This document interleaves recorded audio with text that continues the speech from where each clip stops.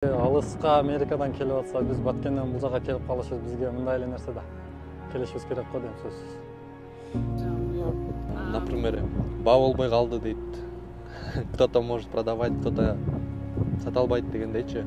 Have you seen worms inside? Вы видели когда-нибудь внутри червей, гусениц? Киргенде канча сом төлөйсүңөр негизи? Кирген ар кандай? Терип кеткенин, жеп кеткенин бар деп. Азыр жеп атабыз эми, көрөсүң.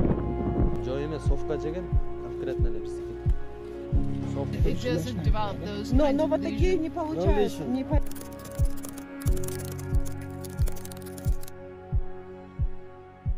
Мынакей биз Кудай буйрса агро мектеп долбоорубуздун экинчи сабагын баштап турабыз жана ушул Америкадан келген конокторубуз менен алгач эле сабакты баштаардан мурда Кыргызстанда ушул быйылкы мөмө тармагы кандай болду таанышып жатабыз. Көлгө киргенде эле балыкчыдан ушул Нур-Султанга келдик. Нур-Султан куш келипсиз. Жакшыбы? Кандай болду быйылкы? Жакшы болду.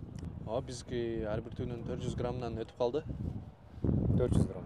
Еще кечирээк посадка эми бир 20 күнгө биздин убактыбызга бир аз кечирээк посадка болуп калган.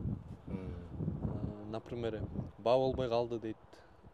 Кто-то может продавать, кто-то сата албайт дегендейчи. Биз жакшы эле саттык.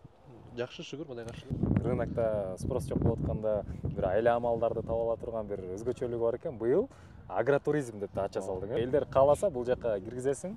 Хотко төлөйт, каалашынча клубника жейт, Терип кетишет.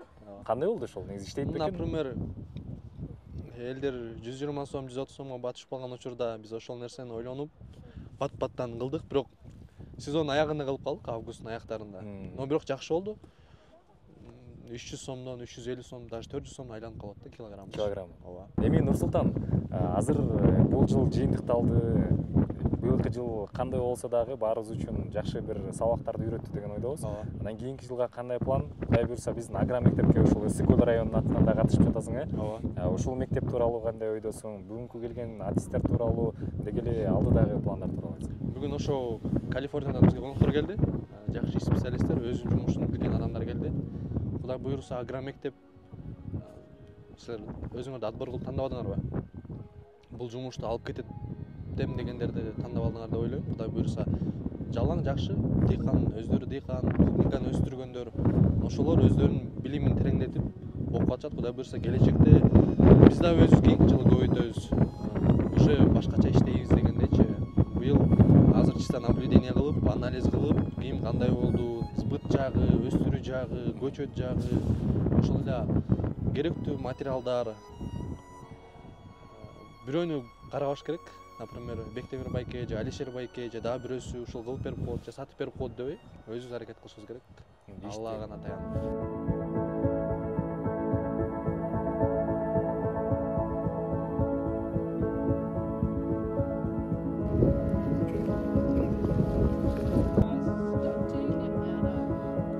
Воду? Да. И разного рода болезнями, которые...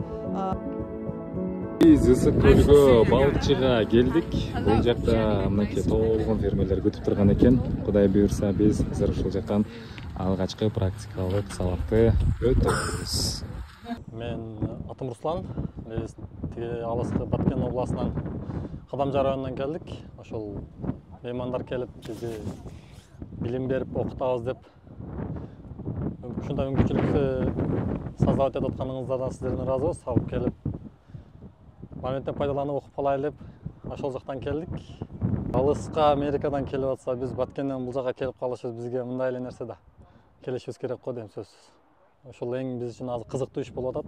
Окуп үйрөнүшүбүз керек, мүмкүнчүлүктү пайдаланып калышыбыз керек дегендей. Мына бул жагы көл, бул жагы биздин ала тоо. Айтор сонун жерде жайгашкан, бирок Нур-Султан жазында мага айткан бир көйгөйүм бар. Кыштан кантип чыгам деп. Кышка кантип атасың? Эми буйрса жакшы сугарабыз. Көчөттөрдү эле чоңоюп калган. Суугу барып туруп эле тоңдурасыңар. Тоңдурабыз, анан үстүнө агроспан менен жабабыз. Бизде иш жолу мөндүр жаады. Жамгыр жаады. Эми ошончо деле өстүрсө болот. Эми карасаңар шагыл жерде өстүрөбүз. Агро мектеп, агрошкола ачылып, бул жерде эми прям топовый, жакшы специалисттерди дайындайын деп атат ассоциация. Ассоциацияга тең ыраазычылык. Анан эми биз дагы көп билбейбиз да. Биз дагы билебиз деп токтоп калбайбыз. Окуйбуз, постоянно окуйбуз. азыр эми дүйнөдө топ специалисттер келип атат. Ошолордон жакшы маалыматтарды алып, элге, жерге биз кызмат кылабыз. Эми ушунчалык агроном, дыйкандар агроном болобуз болот, специалистчи. Эгерде ошолар баардыгы жакшы дайындалып турган болсо, дыйкандарды айылдан, например, бир айылдан бир же болбосо бир райондон бир 2 агроном болсо, бир 100 адамды обслуживание кыла турган болсо, биздин ар бир райондорубузда жакшы сапаттуу клубника чыгат. Чоң рыноктарга жанагы биз койгон максатка жете алабыз да. Ассоциацияга терең ыраазычылык. Биз дагы бул жактабыз, окуйбуз. Дыйкандар, эти келаткан кар сиздерге кабар. Клубникаңардын үстү жабыл элек болсо, жапканга аракет кылгыла. Эртелеп, анткени кар ылдыйлагандан ырлыйлап атат, көрүп атасыңар. Ал ылдыйлаган сайын анын илеби менен ушул жактагы суук менен колпунайларыңыздар үшүп калышы толуктур дагы мүмкүн. Андыктан алдын алыңыздар. Негизи Кыргызстанда бир чети бир жакшы жер бар. Ошо тоолордо карап туруп эле акырын иш кыла берсек болот да. Анткени бизге кар түшсө дагы, бир нерсе болсо дагы биринчи тоонун чокусунан көрөбүз. Дегене кабар.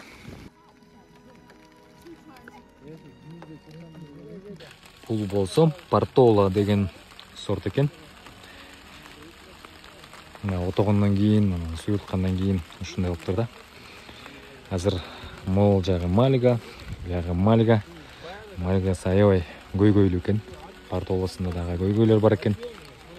Подальше отсюда вода, можно компостировать. Но, в общем, отсюда подальше их надо You have spores, diseases, that you find it had to be good fruit, bad fruit, out, compost. Мындай карасаң жакшы эле колпунай көрүнөт, бирок ача келсең аркасы ушундай. Көрүнөт, баарында бар проблема да бул. Көйгөй.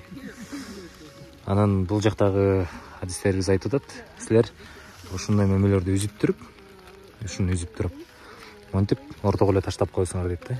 Бул чирип, мындан чыккан ошол зыянкечтер кайра эле бияка келет дейт да, жапжакын. Тескерисинче ушундай үзгөндөрдүн баардыгын чогултуп бир чакага салып, өзүнчө бир чуңкурга, алыс жерге көмүп, компост кыласыздар, эмне кыласыздар, иш кылып чогултуш керек экен да. Монтип жалбыракты дагы, могу жалбыракты үзгөндө дагы оорулуу болсун деп коелу, мисалы, үзгөндө ушуну дагы өч жерге таштап койбой, чогултуп, мунун баарын таптаза кылганда, жок дегенде канчалык бир процентин ошол жерден сактап калганга мүмкүнчүлүк болмок дейт. Азыр эме арала монтип туруп эле эменин баары бузулуп атат, арасында чыкпай калгандары көп. Иши кылып, бул дыйкандардын Мальга көчөтүндө бир аз көйгөйлөр көбүрөөк экен. Жакында болсо кыш, демек бул дагы сезондун бүткөнүнөн кабар берет.